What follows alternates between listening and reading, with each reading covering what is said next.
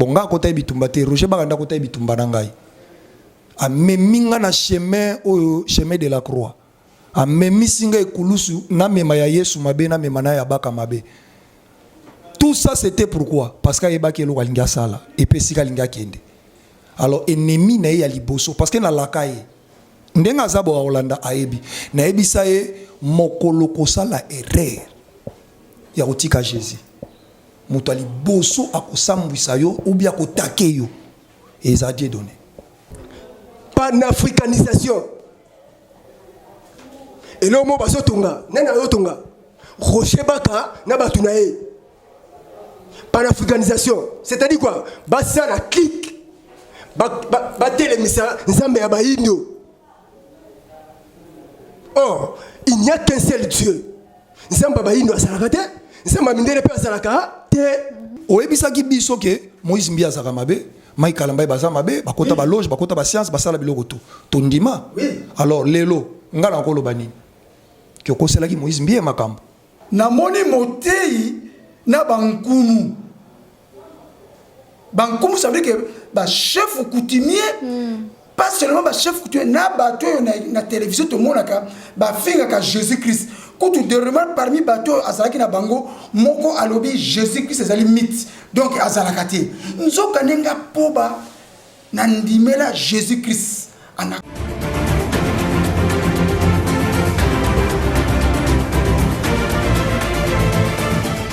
Salut chers internautes, vous qui nous suivez partout dans le monde et sur Info Plus HD officiel TV. C'est toujours moi, votre humble servante Godé Boula Matindo. On m'appelle toujours Gédé Boula la Colombe. Je suis toujours là pour vous.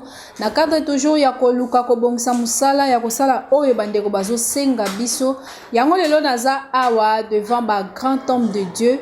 Oyo ba lelo liboso na biso bazo beta liso moko oyo eza très important na osenga na yo moto ozuli bako ya Olanda biso. En tout cas komi tungsa te za poser landa biso na kimia pecha attention na yo o comprendre nini oyo basali na nzambe ya minene ba ekolo po bango basala ba jete nde ba yende po ba édifier mutu moko ndenge ba yeboye ba yende po ba lobela biso nini ba chrétien ba koki ko sala po ba bongisa nzela na biso parce que biso nyonso tozela kaka nde kozonga ya mwana nzambe. En tout cas sans plus tarder na ko banda na présentation na bango na banda na papa kuna na suka po tozonga ka boye.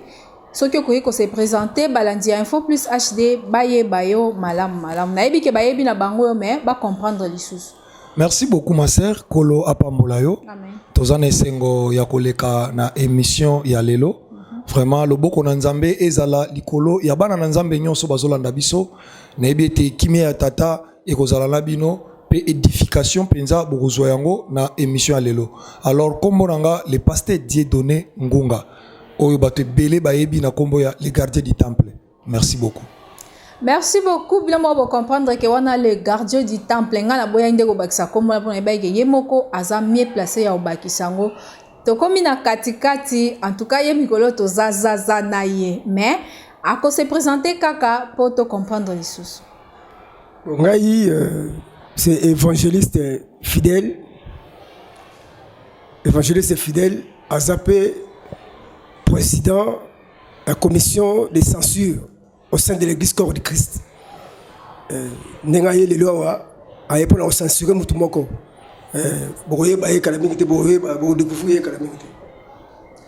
Merci beaucoup à comprendre que évangéliste fidèle yesoka ipembe nanga na zwaka papier na biki pona koma ba verset biblique et sopa na kaloko ambula. To komi awa na suka papa soko iko se présenter pour ba comprendre. Na pesi mbote na ba oyo soza kolanda biso, soyez tous bénis. Je réponds au nom de Poba Zéphirin, je suis pasteur. On m'appelle souvent la sentinelle des Écritures. Tona lingala sinzili ya makomi. Voilà. Nikoloba ke soki tozana makomi yo obimi okukuta na biso en accord avec Ephésiens 33:6. Soyez bénis.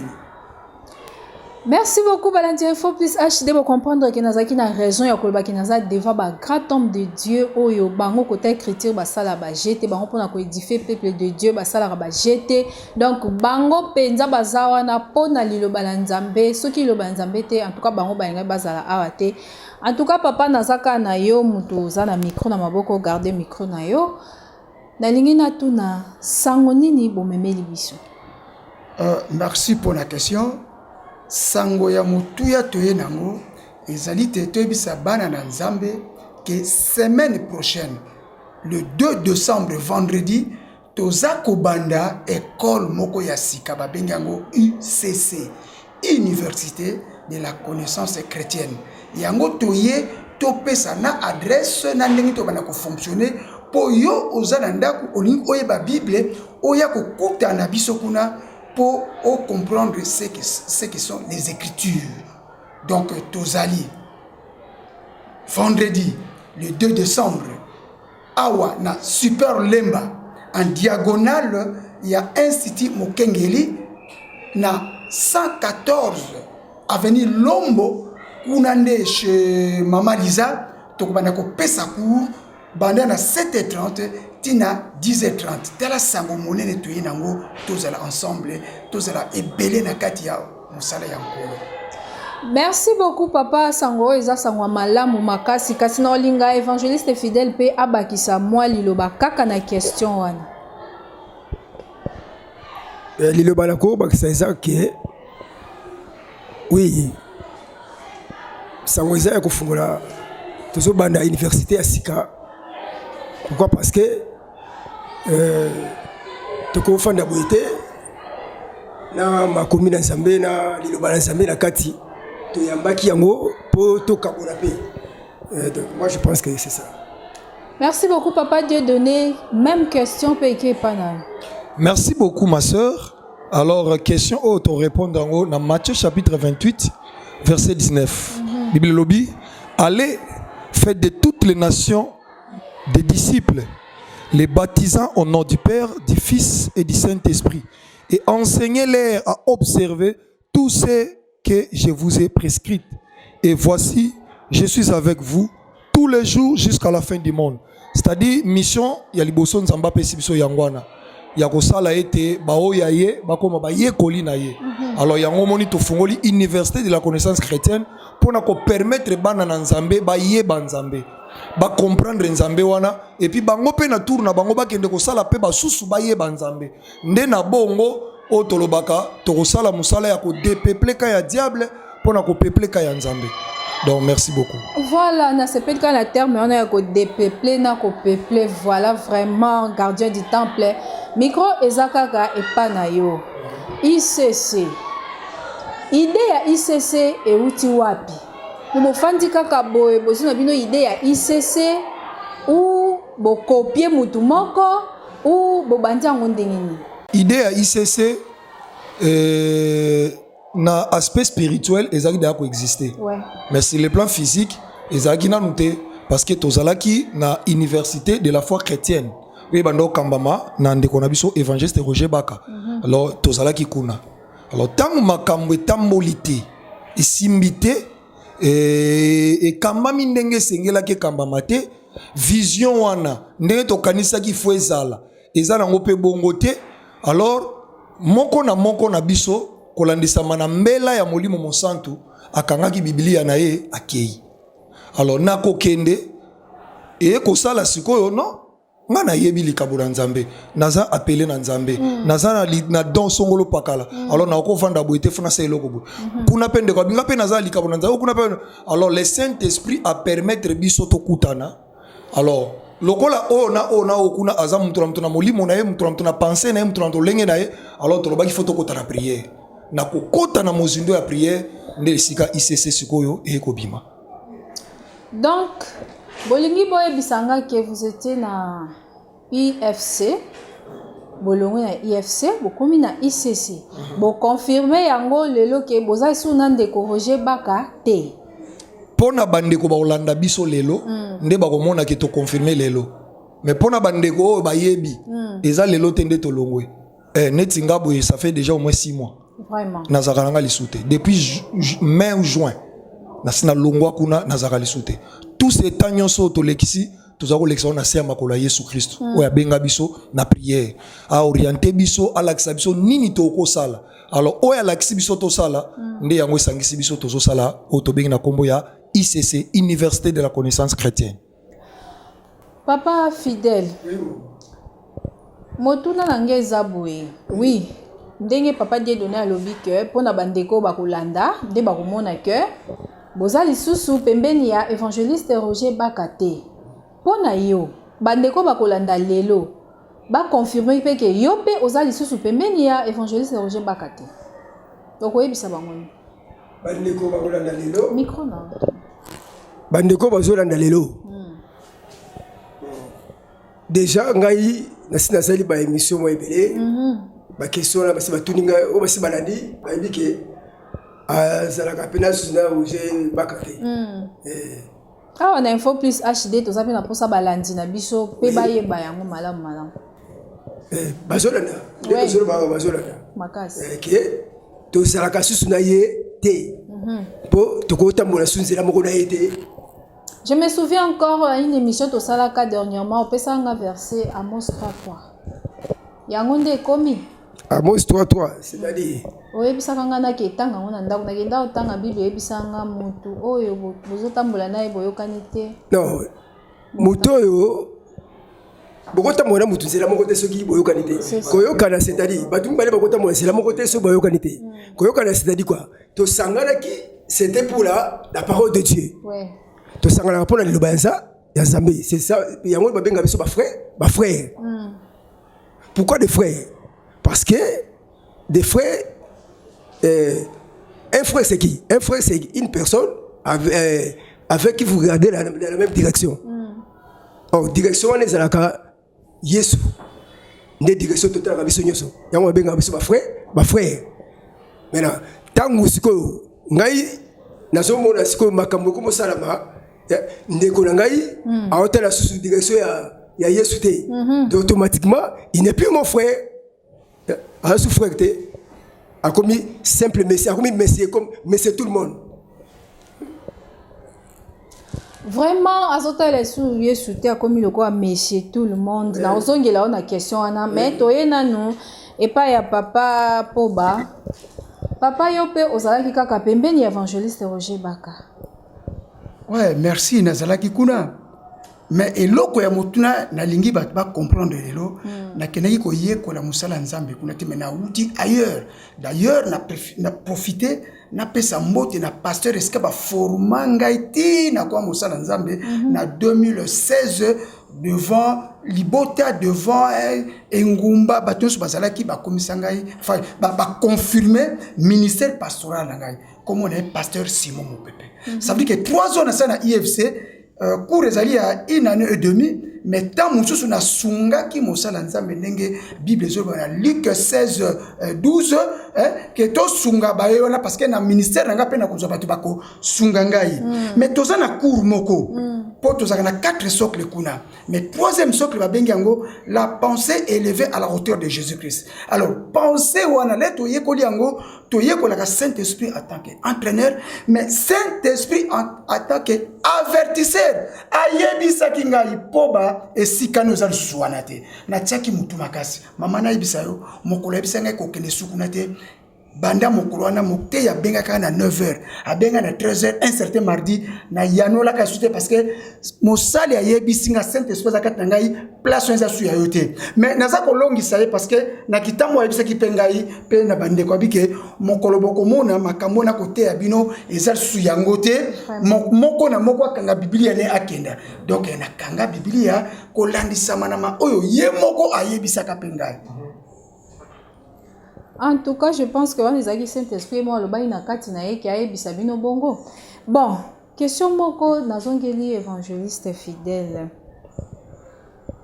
Nini penza oyo ezolakisa que évangéliste Roger Baka aza susi mama komi ya nzambe te.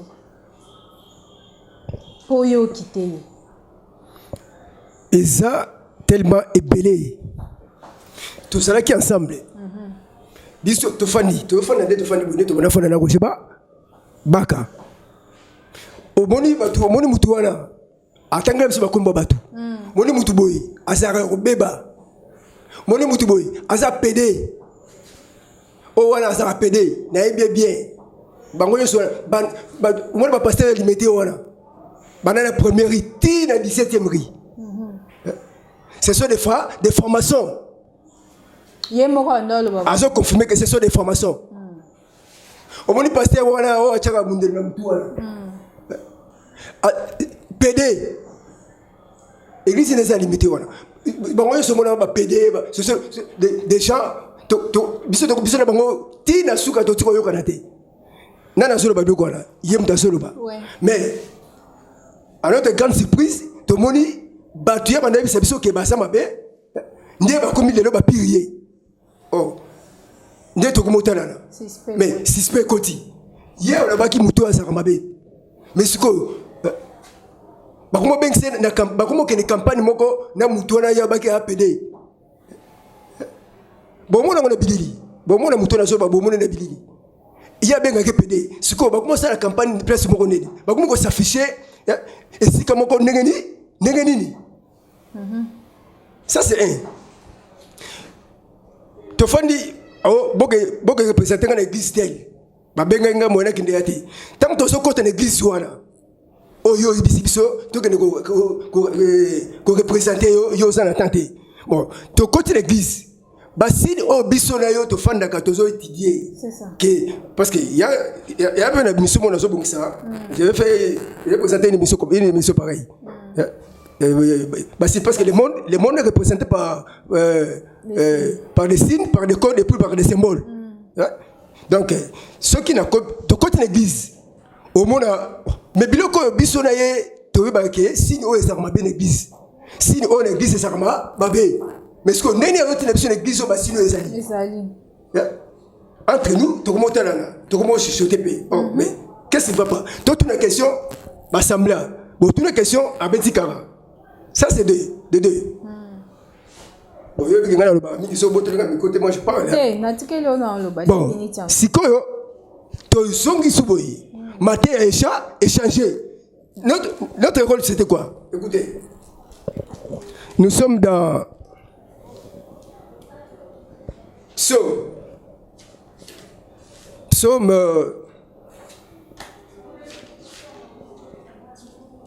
tous allons me connaître Psaume chapitre 11, verset 3. La Bible dit quoi? Quand les fondements sont renversés, les justes, que ferait-il?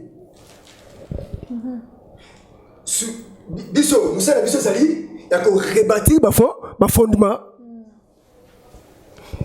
Pourquoi? Parce que depuis un certain moment, les fondements sont renversés par qui? Par des faux pasteurs, par des faux docteurs. Ba faux pasteur, ba faux docteur, voilà tout ça qui n'a qu'à ta réunion, ngai bisona baka.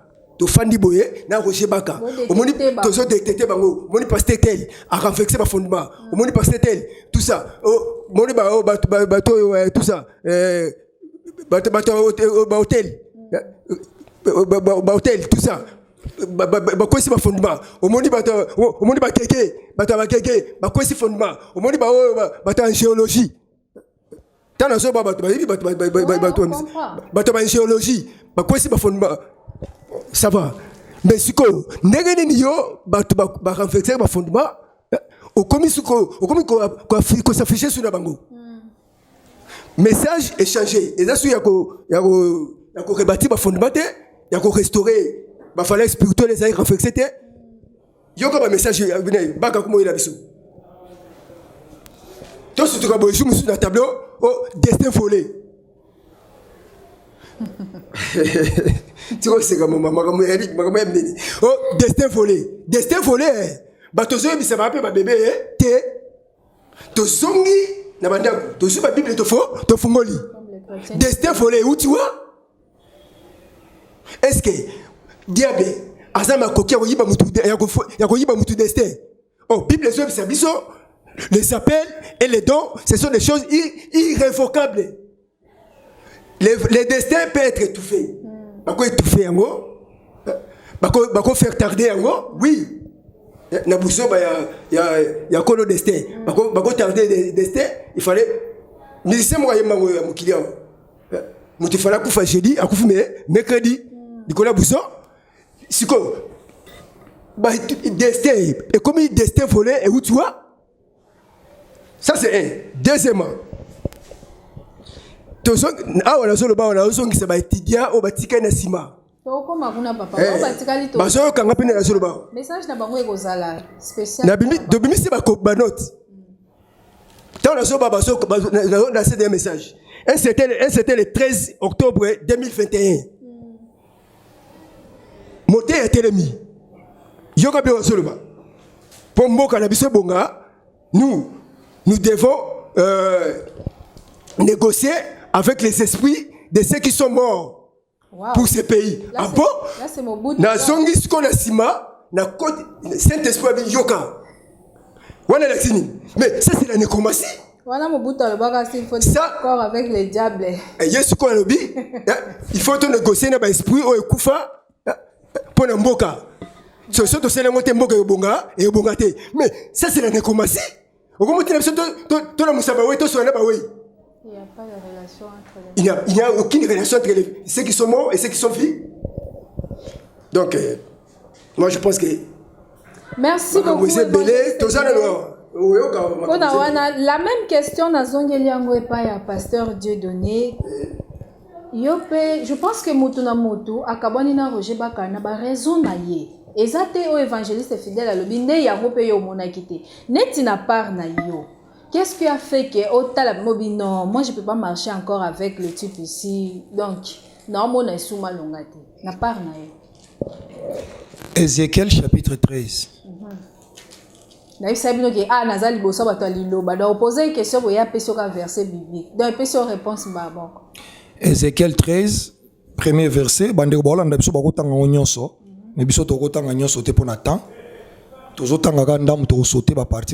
Ézéchiel 13, au premier verset, la parole de l'Éternel me fit adresser en ces mots. Fils de l'homme, prophétise contre les prophètes d'Israël qui prophétisent. Et dis à ceux qui prophétisent selon leur propre cœur. Écoutez la parole de l'Éternel. Ainsi parle le Seigneur, l'Éternel. Malheur aux prophètes insensés qui suivent leur propre esprit et qui ne voient rien. C'est-à-dire, première partie Angwana. Deuxième, c'est pourquoi ainsi parle le Seigneur,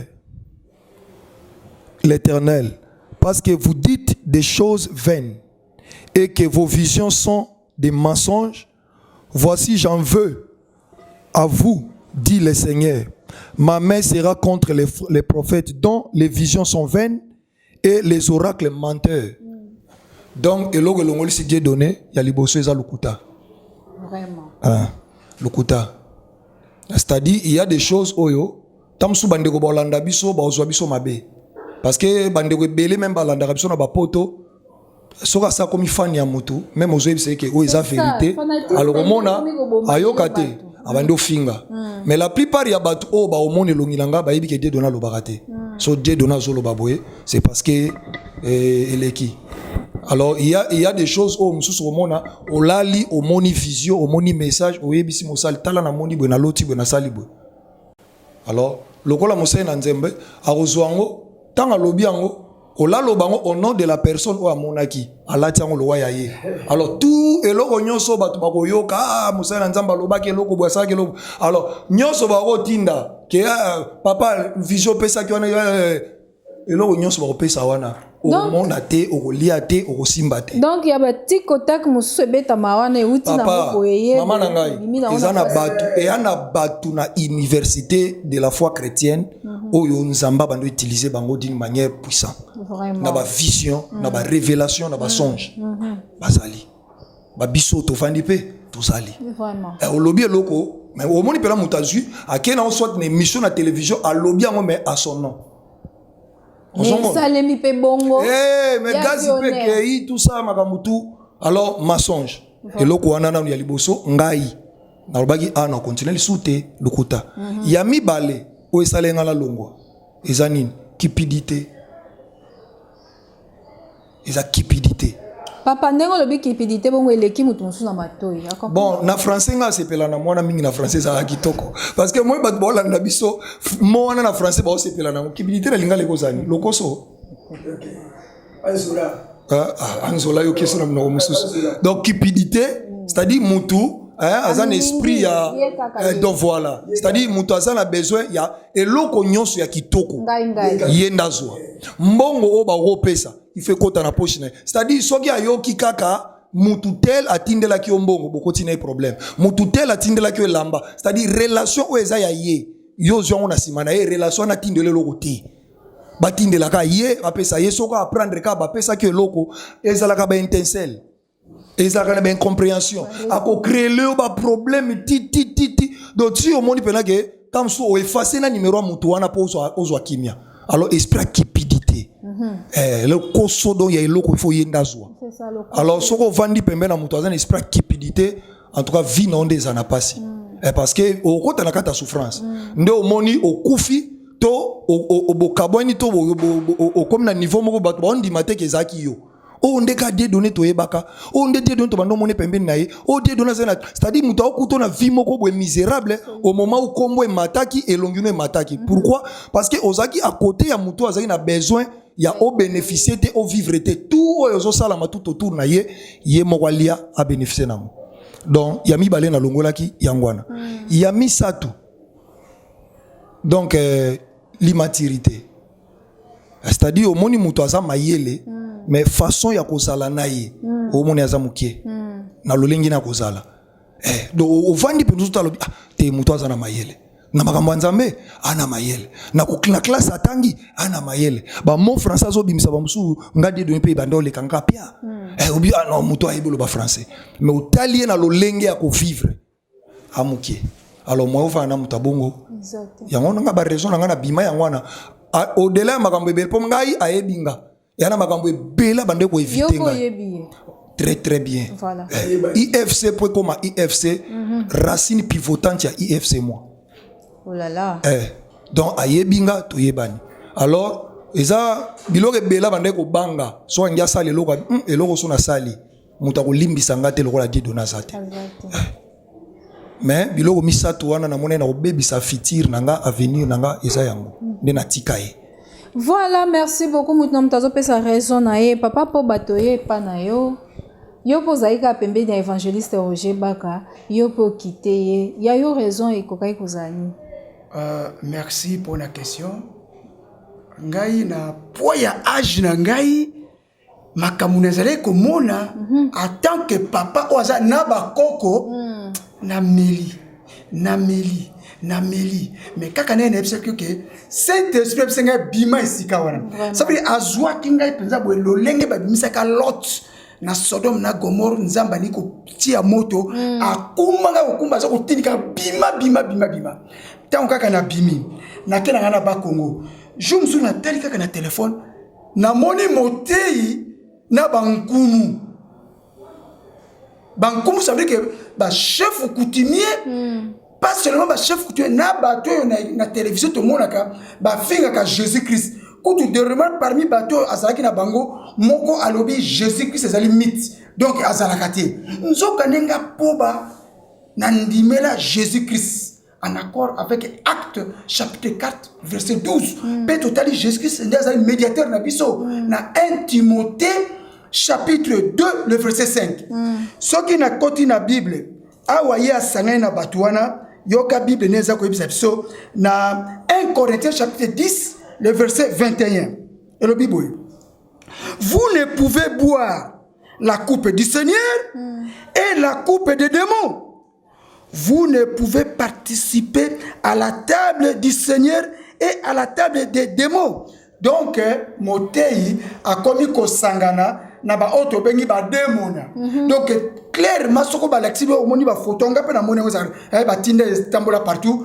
bato ya sangana ki na bango supposons basa mingi batu ba biso église de noir kaka seulement biso to ko ni mélange Jésus-Christ c'était ba muso ba biso to ba panafricanisme makama Jésus-Christ c'est tali biso te ba muso ba biso to ba kamite ou kemite ça veut dire que batu nyonso wana ils n'ont rien à voir avec Jésus-Christ donc nzambe azali na nguya ya kotombola na kobimisanga parce que makamona yaki simana ngai oyo na mona na lobité mais natali sikaka oyo et yaki simaka quelques mois na kokenela ngai donc tokoko ensemble il n'est pas avec Jésus il n'est pas avec Christ donc il a déjà quitté tala Bible ça comme ça que Saoul azalaki roi. Ouais. Mais quoi qu'il était roi, Barbie Dieu l'a quitté. Azalaki sur na bonzambete. Yango tina batinda ki Samuel et Nathan bati a mafuta na David. Mais Saoul azalaki roi, mais azalaki sur na zambete. Donc il pas azali wana mais il n'a plus Dieu. Il n'est plus avec Dieu. Ok, merci beaucoup. Tu regardes dans le micro quand il parle papa Zéphirin. Question moko yelinga. Je pense que tant que bozaki na kati ya UFC bozaki pe na bandeko mususu ebele. Lelo pe bandeko wana bango bakite na nte. Bazaka akuna. Donc peut-être batikali na luka na mabe wana. Lelo bano eza nini po na bandeko nanu o batikali kuna na kati ya UFC. Ba frère na ba sœur bazana UFC. Nangina ebisa moto moko ete tokendelaka moto te moteite me tokendelaka Jésus Christ. Soki oyo ezali relation ya yo na Jésus et que moto moko mokila bani ko entraver yango nakanisi senyo fana na ndako o méditer Bible na ndako. Donc cause la fanatique soko mone papa azali ko lobate mais yo pe cause la te ba ebisa mais le kola to élever voix en réalité bima pour ato pesier conseil nandimite ka oyokelo parce que je m'en souviens aipsenga mukulumo que papa po bozali papa menga za plus intelligent que toi aipsenga boy na ça répéter aipsenga il est plus intelligent que moi mais on est à gravité en tant que musali yanza belaki soumis azaki liboso na ngaza ko kambana mona kiamote donc ko kanisa te que yo zala kama ko yebisa akokitate. Donc bima solingo sauver vie na yo soki boyete toloba ke bisika ebele to tanka mingi limité ezali batunyo so na ba kambina na bango nyoso ba okena li felo alors lokwa naza ko yebiso boye ke ba li felo ezala porte pona yo. Ok, merci beaucoup évangéliste fidèle yope ozaki na bandeko kuna o lelo batikali kuna motema no pezo ça parce que il faut pas comprendre loko moko batika mais pas comprendre ngo yonde il faut faire comprendre bango yango moi avant la komba wana ce que je voulais dire maintenant s'engage l'église corps du Christ. Ouais. Parce que nous sommes là pour l'église corps du Christ. Nous nous défendons des valeurs de l'église corps du Christ. Parce que Jésus est clair. Je m'en vais au Père. Pour faire quoi? Vous préparez de la place. Vous comprenez? Donc, le problème c'est quoi? Nous avons la diaspora. Nous avons mboka, pasteur, prophète, les gens du 5 ministères. Apôtre, bofungola miso. Et là, on a le bas, s'engage l'église corps du Christ. Le problème, c'est quoi? Vous savez que ça la makasi. Ma collègue, ma pasteur, pendant ça, l'église, la poche, offrande, qu'est-ce qui se passe dans l'évangile? Mais nous sommes là. Nous donnons ça temps. Il y a autant la Bible, que Géné, que Samuel, que Lucas. Qu'est-ce qui se passe? Quelle est la volonté de Dieu? Mais beaucoup de pasteurs sont ignorants. Pourquoi? Parce qu'ils s'intéressent à la macambonité. Et on va la carte, ma femme, maman n'est pas ici, papa on a ça la kawa puis tout ça. Le problème c'est quoi?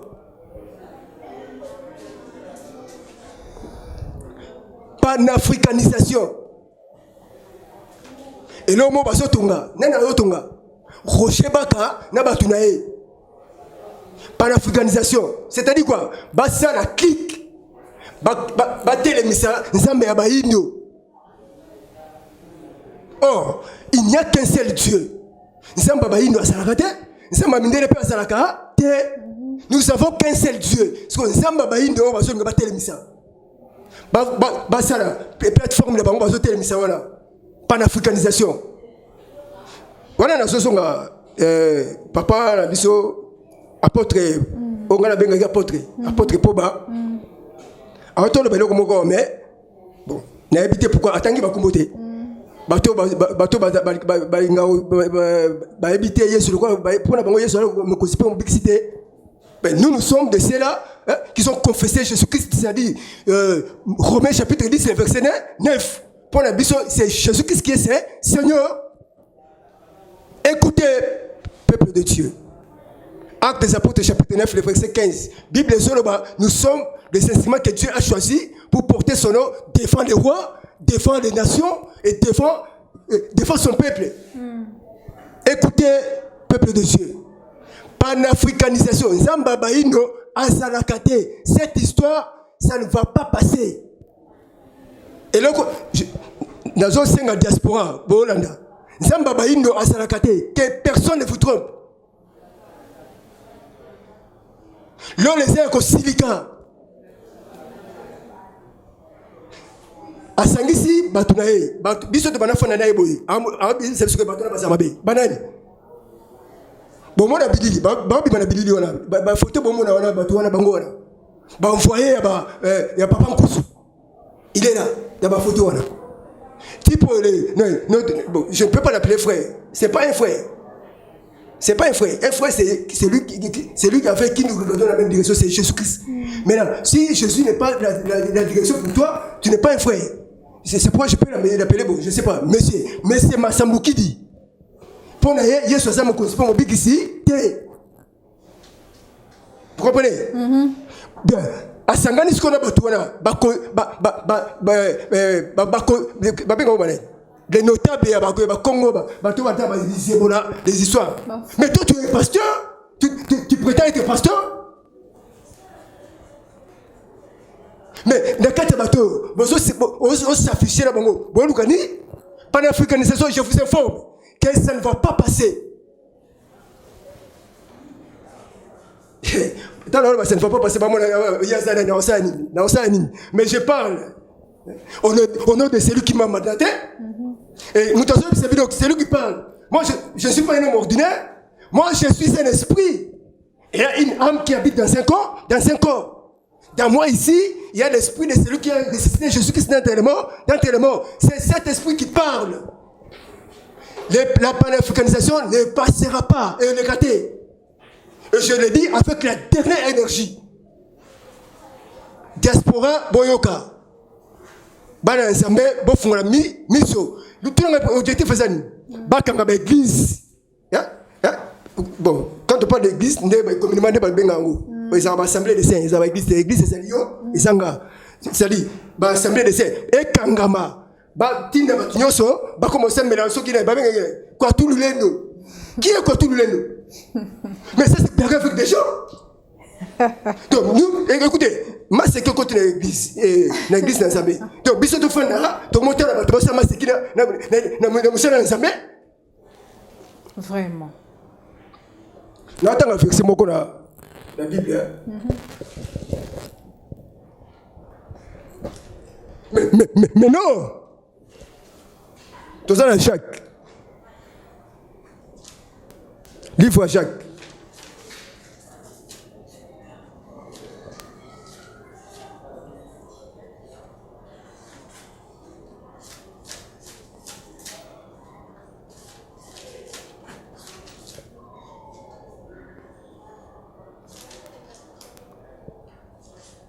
Bon, tout le monde dit Jacques Azou, mais l'attention n'a pas ce titre. Bon, il y a ce apôtre. Titre Azou Lobani.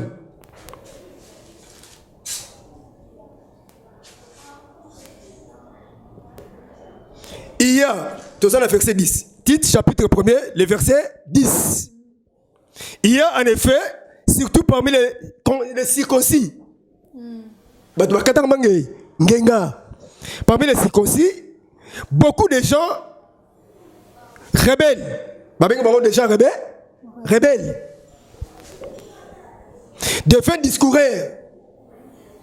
Bilobaloba. Et des séducteurs. Un séducteur, c'est qui? Janvier. Auquel, il y a le verset 11. Titre, chapitre 1er, tout ce qu'on a verset 11. Écoutez ce que la Bible dit. Oracle du Seigneur. Auquel, tous ces mondes-là, les 20 discoureurs, qui ce qui s'appelle les circoncis, les La Bible dit quoi? Auquel il faut fermer la bouche. C'est pas moi. Ça, c'est apôtre Tite. Absolument. Ces gens-là, on a tout un combat. Rocher Baka, na clique les mots. Il faut leur fermer la bouche. Sur quoi? Sur la panafricanisation. Ça ne va pas passer, mes frères. Et qu'on les gars, et là, quoi, les gars, pasteur, prophète, docteur, serviteur de Dieu congolais. Parce qu'il s'agit de défendre aussi les intérêts de la nation. Bon, la mise panafricanisation et qu'on les gâte. Bah, on s'en va, bah, on quand même l'église quand la mingité. Bah, on quand même l'église pour battre surtout, bah, Luka, bah, c'est la Koya, quoi, tout le non. Bah, jusqu'au bilan Kowana, yango, bah, comment t'as ça, bah, na batika qui na simana, IFC. Et tout n'a pas de conséquences c'est ça déjà. Il y a de ces mois, il y a de cela, 3 mois passés, tout autant perdre de la Bissot. Il essaie aussi enseignant comme nous, et il compte IFC France. Ndeko, aller cosmique, paix à son âme. Si on est dans le banoboy, mon est au solo là, mon cause est la morgue. Et les autres, si on est dans le bas, Moutoumoko, Mobimba, il y a IFC, Tata Mobimba, à la morgue, n'est dans le baboui. Mais message, c'est ça, si peu information. Accident qu'on a battu. Bon, mon ability, accident qu'on a battu. Tout ça pourquoi? Pourquoi? Parce que mon Kambi a fondé pas. Voilà. À quel ça? Il vit aujourd'hui dans l'apostasie. L'apostasie, c'est quoi? L'abandon de la foi. Mais non! Vraiment, peuple de Dieu, tout le monde évangéliste fidèle comme au Katana parce que les gens qui ont été en train de jeter pour sauver ba âme. Ah oui. Alinga te ame moko ezala perdu yango akatana kaboye. En tout cas, même question et pas il y a papa Dieu donné. Yo posa kina bandeko, yebana kina bango et surtout que yo pensande mutu les gardiens du temple, oyebani na bato ebele, o batikali lelo kuna na kati ya UFC. Message nao ezala nini pona bango. Merci beaucoup na mutu notuni. Message na opesa bandeko. Tolongo la sentiment. Message na opesa bino yangwana tolongo la sentiment. Ah oui. Na yebi ke boko landa, boko yoka, boko jige, boko finga. Moko na kati na bino watike na IFC aosalaka musala lokola onga na salite. Moko te. Po IFC ezala IFC na bandeli yango racine pivotante ya IFC Dieu donné. Bo saka musala moko te koleka onga na sali.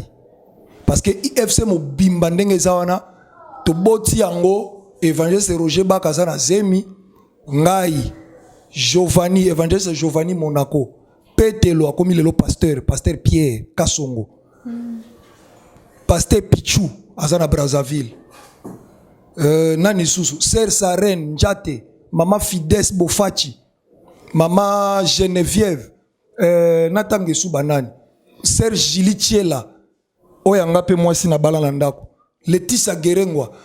Nous avons fait du travail à Osakanate pour IFC Botama. Alors, bino tout bozana bo botami na musala batumoko basala. Alors, soko otika la fanatique etalio. Sopo koma muta sentiment etalio. Mais soki bo zonga na kati na bino ya ko banda ko réfléchir que maloba bazaka côté abiso que esika o babando pesa ka ba message nécrologique esika ne komi mabe. Alors, yo zonga kaka na message wana na mateya wana que soko mon église ba commission en place ba communiquer nécrologique c'est-à-dire mabe koti. Alors baba ndeko lo bango pour l'église mususu.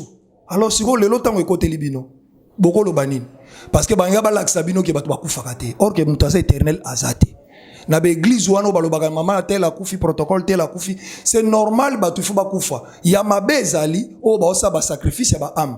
Mais liwa d'une manière normale pezali.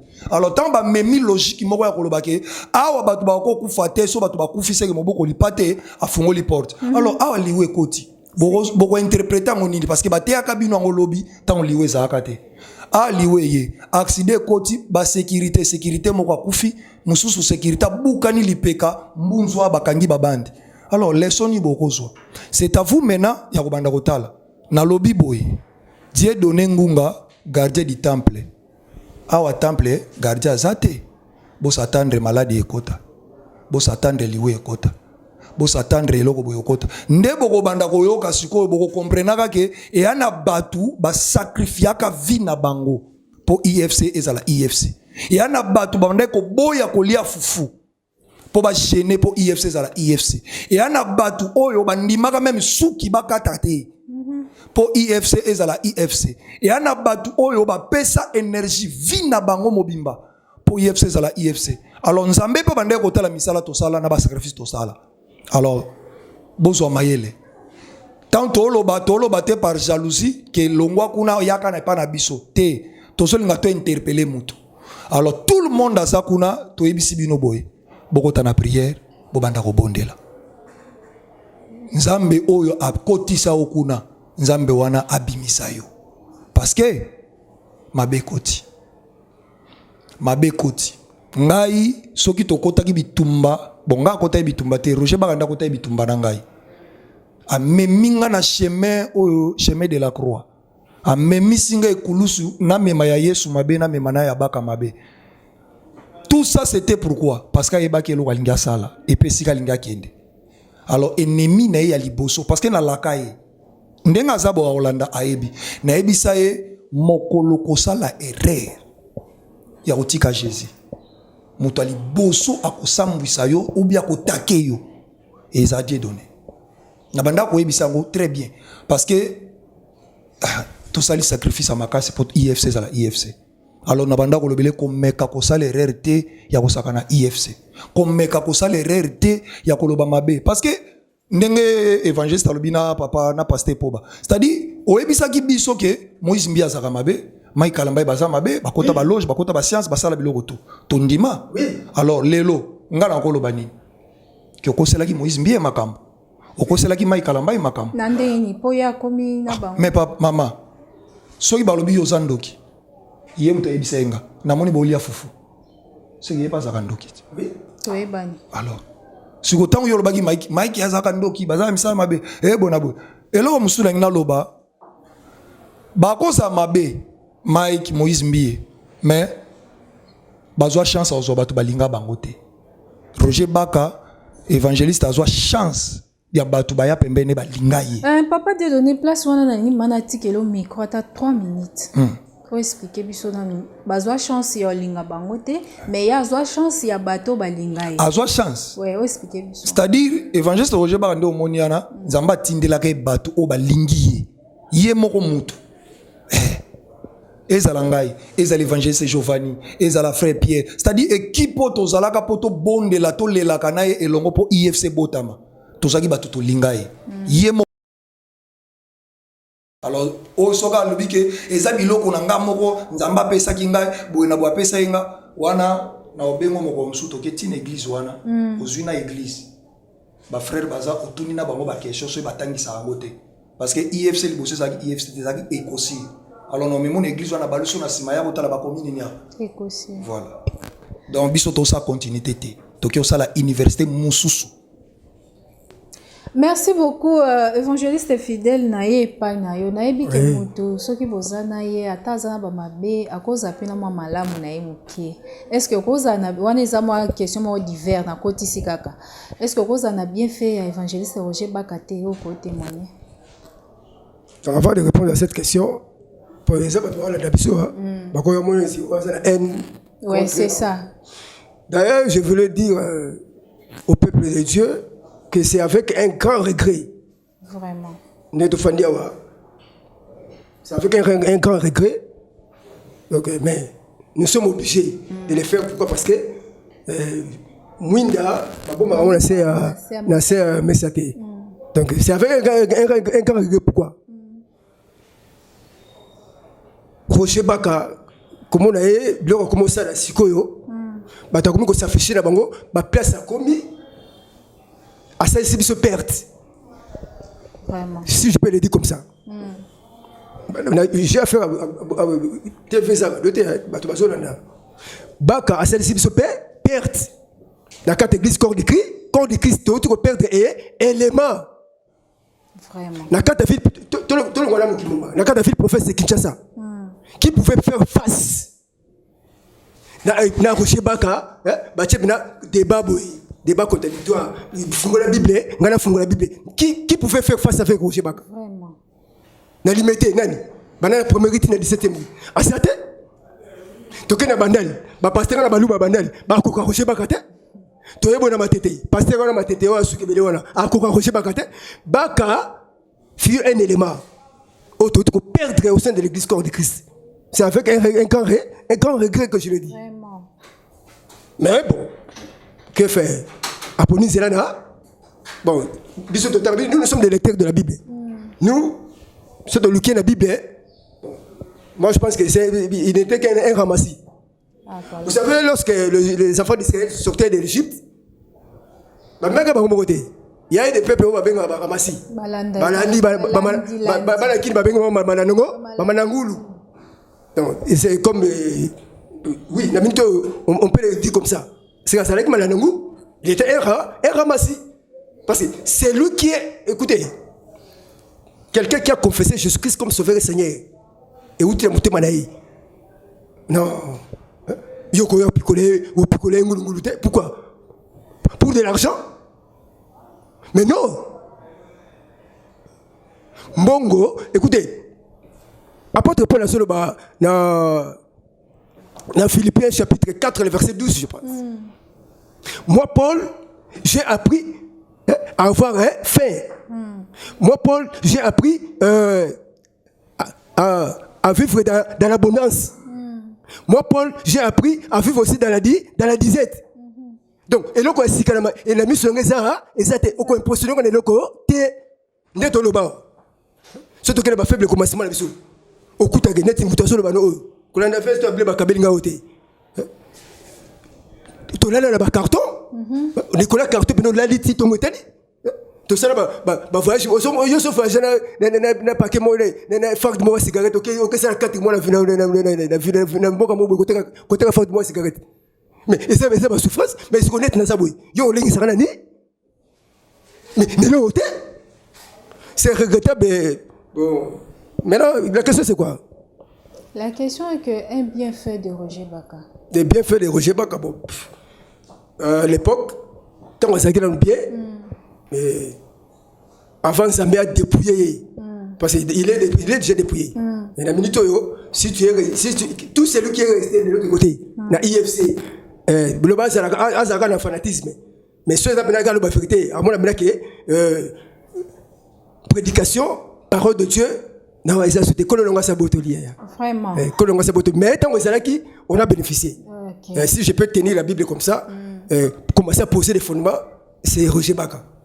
Vous comprenez? Donc on a dit que c'est avec un grand regret que bah subi ce moto le corps de Christ. Donc, ok, merci beaucoup. Balandi Info Plus HD, tout ce qui est vers la fin. Il y a émission Nabiso, Pesa Papa, Zéphirin, micro. Papa, dans la question, moni lelo yo, batu bako makaboye. Na ba musicien pe ba bimara boye bake suka bango pe ba panzani. Ba pasteur pe ba bimara bake suka bango pe ba panzani. ICC. Ezo promettre biso nini. Ezo rassurer biso nini. Biso ba oyo toza ba étudiant na ba étudiante na yango. Ego panzana lisute projet nango d'avenir eza nini et suka ka wana na super lemba place eza wana. Merci pour la question. Tout à l'heure au tuna qui soki UCC ezali continuité à IFC bandeko balobi ezali non. Ouais. Balobi non parce que IFC ezali structure moko ya enseignement biblique mais ezana kati ya fondation moko songolo ezana compte ya mama. Voilà. Nazongeli nalobi IFC ezali école moko ezana se ya fondation. Mais ICC ezali école to sali ezali ya ngaite ya évangéliste te ya pasteur te ya mutu moko te ya Jésus Christ. Dans la différence. Si ko lokola to sangani moko pe muso za na ministère na ye. Pe ndenge to zala lokola za école ya ngaite soki na bikena ke ko tia na Brazzaville ndenge to za ma quelques invitations. Donc na lolé noté mutu akei o batikali ba continuer. Et d'ailleurs Il faut boya parce que ceux qui ont su mater au yo kotikala. La Bible dit allez faites de toutes les nations les disciples. Donc l'herbe koya et loko eza ya bisoté. Yo po kotikala ceux qui au bomi mater malamu ko remplacer OK ça ya ngai te na ko kende na ngai. T'as la différence. Donc boya kuzo mater école ezali ya bino. Donc ezali église yonde ezali église nengi Christ alobi na Matthieu chapitre 16 verset 18. Pierre, c'est cette pierre je bâtirai mon église. Donc, toko kende. Donc, ezali yangai, ezali na ya yo zako ya, ezali ya yo. C'est ça la différence. Ok. Merci beaucoup, Nasepeli, parce que ICC ezaya Christ. Papa nalingi oloba mwa liloba na yo moko, peut-être question moko échappé, ya suka na pesio 1 minute. Et loko nengina loba boya na IFC formation qui à peu près 24 mois, chez nous c'est 12 mois. Alors quand tu viens les 3 premiers mois, ça veut dire que les 3 premiers mois oyebi ko sambela oyebi jandambu ya ba verset et d'ailleurs au comme déjà mokolo spirituellement na famille. Donc différence ya mona biso les 3 premiers mois, photo là qui ça toko pesa oto yebi okoma mokolo ya HD mais spirituellement okoma mokolo na famille na yo yango eloko tozana ngo fo batu bayeba lolenge balobi ke nganga lakisaka mais banganga nyonso bakufa o bayeba uti donc banganga balakisaka bango. Alors biso pe photo pesa bino makambo ya Jésus Christ ebo bana ko salela o toyebi eza ya bino. Merci beaucoup toke pa papa Dieudonné. Papa Dieudonné tozozo ngepa na yo papa. Papa Dieudonné yo soko koki koyebisa ba étudiant ya ICC nini. Merci beaucoup Yambona Loba et Yanoana. Nagina ibsa bandeko nyonso bozolanda biso inutile bo finga. Inutile bo critiquer biso. Inutile bo loba nyonso bokoloba. Bon, tokangi mutute. Oya mona ko finga na ye. Oya mona ko loba aloba na ye. Et puis à ce qui concerne Tcholobi que parce que ba tout monde ba mona biso tolo ba boye. Ba mona biso ndiri tozane nemi ya makasi. Ba msubi ba benga pongai mingi ba benga ngoma so ba benga yo Dieudonné. Yo longwe, ozengra. Donc la plupart ya batu babenga wenga engra. Mais baluka baye ba pete ke Dieudonné sala nini. Non, Dieudonné na sala pe nini na IFC. Ozomona avant ya ko benga mutu engra, il faut luko yeba na mutu wana asala na nini na IFC.